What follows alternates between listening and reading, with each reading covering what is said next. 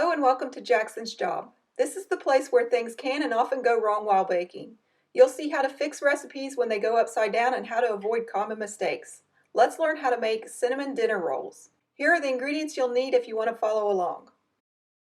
The first thing I like to do is hydrate my yeast. I have 3/4 of a cup of buttermilk, 180 milliliters, and to that I'm going to add in some yeast. 1 teaspoon of instant dry yeast, 3.5 grams. And I'm just going to give it a stir and let it just sit there and start to hydrate. This just helps speed up the process when it comes to baking. I also like to warm up my milk slightly, but it's not necessary. If you don't warm up your milk, it's going to take longer for the bread to rise. If you want to heat the milk, heat it to 105 degrees Fahrenheit or 40 degrees Celsius, which is about lukewarm. In a large bowl, we have 2.5 cups of flour, 375 grams. To that, I'm adding in 1/4 cup of brown sugar, 56 grams. Next, 1 1/2 teaspoons of cinnamon, 3 grams, and 1/2 teaspoon of salt, 2.5 grams. Now, I like to use all-purpose flour as opposed to bread flour when it comes to making any kind of rolls. I find it makes them more tender. Once you get this mixed together, you're going to add in some oil. I like to use 2 tablespoons of oil, 30 milliliters. If you wanted to, you could use butter, just make sure you melt it first. Next, we're going to crack in 1 large egg, that's 50 grams. And then we're going to add in that milk mixture from earlier. If you don't have buttermilk, you can use regular milk in this recipe. The buttermilk just gives it a little bit of tang. It's not absolutely necessary. Using the back of a spoon, you're going to mix this until it's well combined and forms a shaggy dough. You can also do this in a stand mixer. You would just put in all the ingredients and mix it 8 to 12 minutes until it stretches easily without tearing. Once you get this into a shaggy dough, you're going to put this on a clean work surface and you're going to begin to knead it. It should look like this after you get it stirred up. You want to knead the dough 8 to 12 minutes or until it stretches easily without tearing. It'll still be a sticky dough and it will stick to your fingers somewhat and the countertop. This is normal.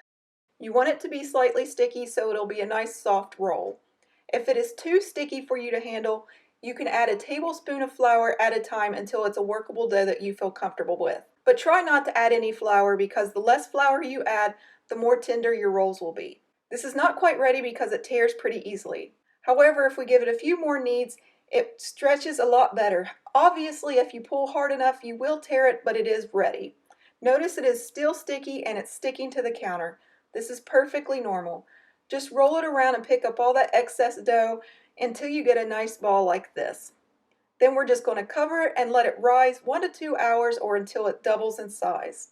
Now, if you have a really hot kitchen, it may take less time. If it's a cold kitchen, it may take more time. Just keep an eye on it and check it every once in a while. It'll be a nice stretchy dough that will cling to the edges and you just need to get it out onto your work surface and divide it equally. Now, if it's too sticky for you to work with, at this point you can add a little bit of flour and just knead it in until you feel more comfortable working with the dough. But try not to add a lot of flour again because the more flour you add, the less tender the rolls will be at the end. But it's perfectly okay if you need to add a couple tablespoons of flour at this point. You want to divide this equally into 9 pieces. You can use a scale for accuracy or you can just eyeball it. Take a piece of plastic wrap and cover it while you're working so that the dough doesn't dry out. Take 1 dough ball, flatten it out, and then pull the edges into the center like this. And once you get all the edges into the center, flip it upside down and using the palm of your hand, you want to roll it around until you get a nice ball shape. You're going to put this in an 8-inch pan that's 20 centimeters that is well greased. Put it seam side down and then go on to the next roll. Flatten it down, bring all the edges into the center, flip it upside down and then roll it into a ball. Repeat this for all 9 pieces. Once you get them all into your container, you want to cover it with the plastic wrap and you want to let them rise 45 minutes to an hour or until double in size. Once you have 15 minutes left of the hour, you want to go ahead and preheat that oven to 350 degrees Fahrenheit or 180 degrees Celsius. Once they are fully risen, carefully remove that cling wrap. Now, if you oiled the top of your cling wrap, there is an interesting thing that happens if it touches the rolls. You'll see it when it bakes. Not many people will point this out, and I don't know why because it freaked me out the first time I saw it, and I thought I ruined the rolls, and it's just appearances. It doesn't affect the flavor at all. I like to wipe down the sides of the glass if I used oil or spray because that will bake onto your pan and it will get sticky in the oven. Bake the rolls 20 to 25 minutes. They should read between 190 to 200 degrees Fahrenheit or 88 to 93 degrees Celsius. They should be golden brown and look like this. Now notice these little flaws on top of some of the rolls. This is where the oil touched the cling wrap and the rolls grew into it. This is just an appearance thing. It doesn't affect the quality or taste of the rolls. It just makes them look not as pretty as you had hoped for. But again, they taste just as lovely. It's just appearance. So don't panic if you see this happen. It happens to the best of us.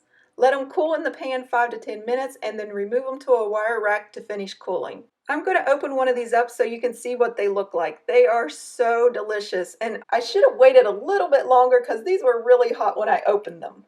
The crumb is really tender, and when you push on it, if it's well baked, it should spring right back into shape. If you ever push on a roll and it collapses on you, it's either underbaked or underproofed, or the recipe is just way off.